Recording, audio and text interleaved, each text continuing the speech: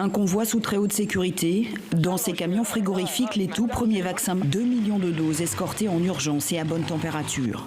Depuis des mois, le Maroc prépare cette opération avec des exercices de simulation grandeur nature. La chaîne du froid est primordiale, c'est le point sensible de cette vaccination de masse. Avec une campagne de sensibilisation dans les médias, le gouvernement rassure. Objectif, vacciner 25 millions de Marocains, dont la majorité serait déjà convaincue. Je suis sûr qu'il faut vraiment mettre fin à tout ça. Il y a eu beaucoup de morts, il y a eu beaucoup de tristesse. Donc si ça peut mettre fin à tout ça, je suis preneur.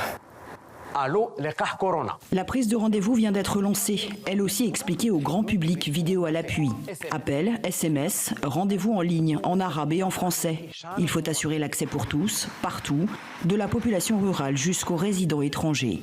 Avec une dernière difficulté pour ce lancement de campagne, rassurer sur d'éventuels effets secondaires du vaccin.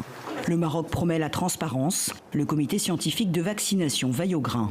Peut-être qu'il y aura des effets indésirables qui vont plus ou moins apparaître et il faudra une pharmacovigilance pour expliquer tout ça. Et même au cas où on est obligé d'arrêter ou de retirer un vaccin, de le faire. Et donc cette pharmacovigilance est très très importante pour garder la confiance du public et l'implication de tout le monde dans cette vaccination de masse. La première vaccination de masse anti-Covid en Afrique, dont le Maroc n'est pas peu fier.